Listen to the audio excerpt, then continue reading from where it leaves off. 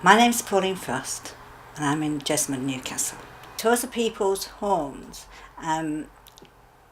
immediately to me gave me the opportunity to sit with people and explain what had happened to me in my journey.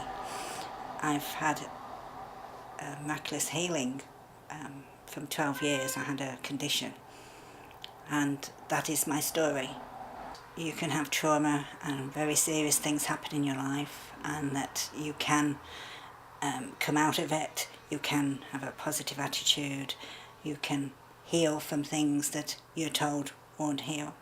That you can share it with people and help them get through their difficult times in life. The reference to walnuts and grapefruit is that my bladder shrunk and to the size of a walnut, and the consultant told me after he'd spent a long time taking tests that normally your bladder, a normal bladder, is the size of a grapefruit, and that the walnut-sized bladder was unable to empty and cause us back up to the kidneys, which was causing serious kidney damage. So I had a 9-hour operation, and now my bladder's the size of a mandarin orange. For me personally, my story, this part of my story, sharing it in the Tours of People's Home, in Come and Celebrate the Miraculous Healing of Pauline Frost, is a milestone for me, and it means that I can share it really fully, and I hope people understand that about stomas. But for me, there's that understanding, and there's I can move on.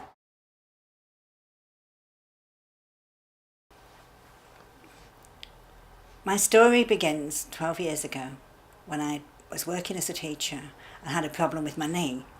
I'd had it for 12 years, this problem, but it got worse. And so I was referred to the hospital and had a camera put in to investigate what was happening in there. And I came round and saw the video and understood it had been cleaned up and made better. And I was told to pop off and go home. As I put my foot down on the floor, I had this excruciating pain in my right big toe. It was like electric shock. If you ever had one, you'll know how that feels. And it didn't go off. It stayed. And I said I got this excruciating pain. I was told that I had a low pain threshold, and I didn't need a stick or crutches, which I asked for. And so I did. I hopped off and I went home, and the pain got worse. Didn't think it could, but it did. And I think it's the fact that it just stayed. It didn't go, this excruciating pain didn't go away. And I carried on for weeks. I was hoping to go back to teaching, which I was doing. And I got very down about it, got quite depressed, was unable to go back to teaching, tried the physio, increasing painkillers, and even went back to teaching for 9 days.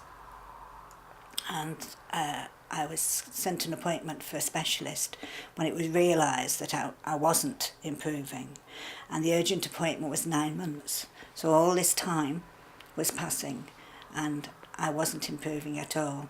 I was feeling also very down and depressed by it.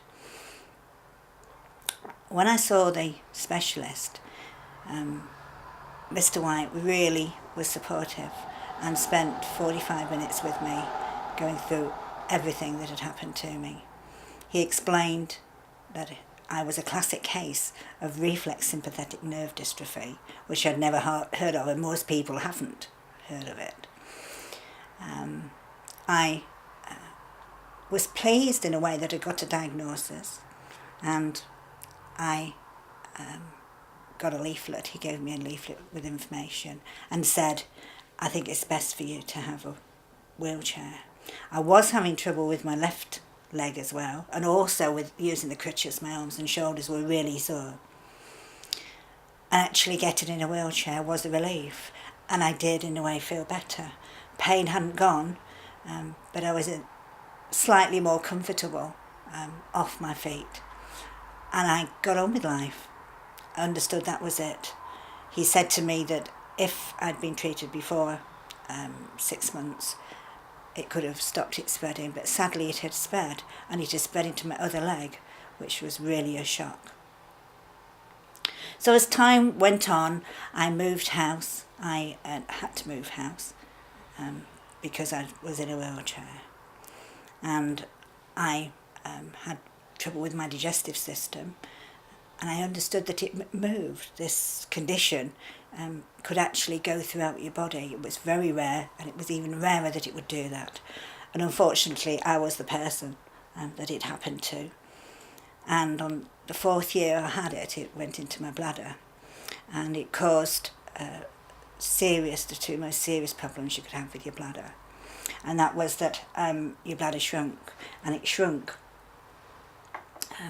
to the size of a walnut. And most people's bladder are the size of a grapefruit. And when I had the test, I was told I had 5 years to live, that I would... it's quite an upsetting time for me.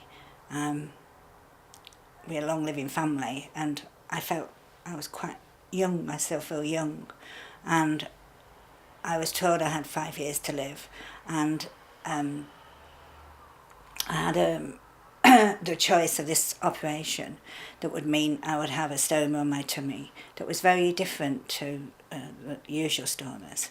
It would be like another belly button, and the operation would last 9 hours. And I would hopefully end up with possibly a normal sized bladder, but I have a mandarin size, and that's because of my condition, that it's not the normal size, but it does the job. And I use a catheter and I empty it every 2 hours, and I feel it's part of me now, it's part of my life. And then it took 15 months to get over the operation, and I started to feel I was really living again. My kidney condition improved. I always had a vehicle to drive around with in my wheelchair. I travelled around the world in my wheelchair.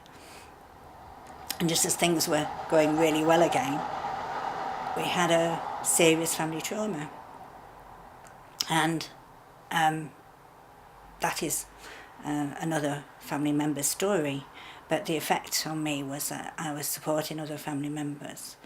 I noticed that things felt a little bit different, but I was unsure what. And it wasn't till after things had settled down that I went to my GP and said that I'd got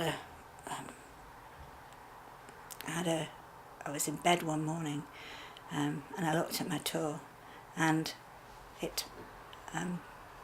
my little toe, I stared at it.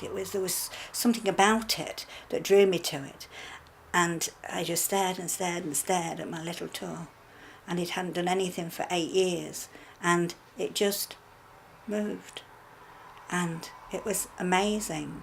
And as amazing as it happened in seconds, and it was over.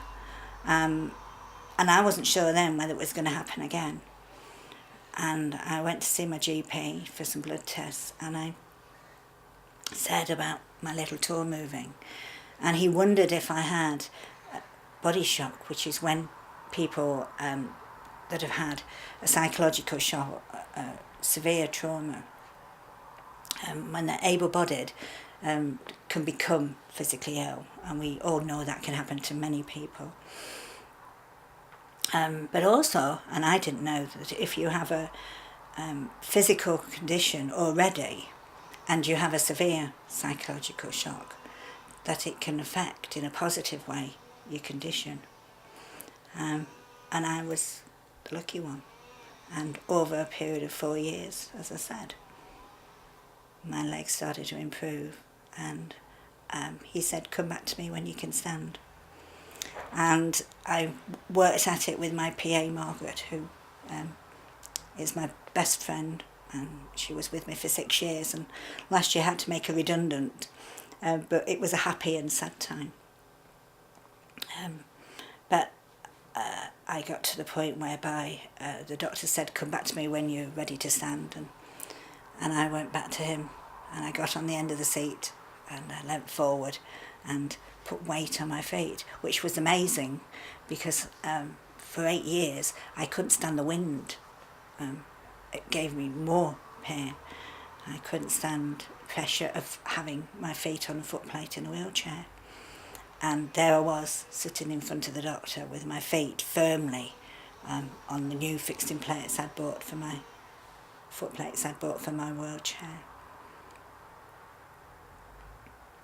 And I got up and I took my first steps, and I haven't stopped since, really.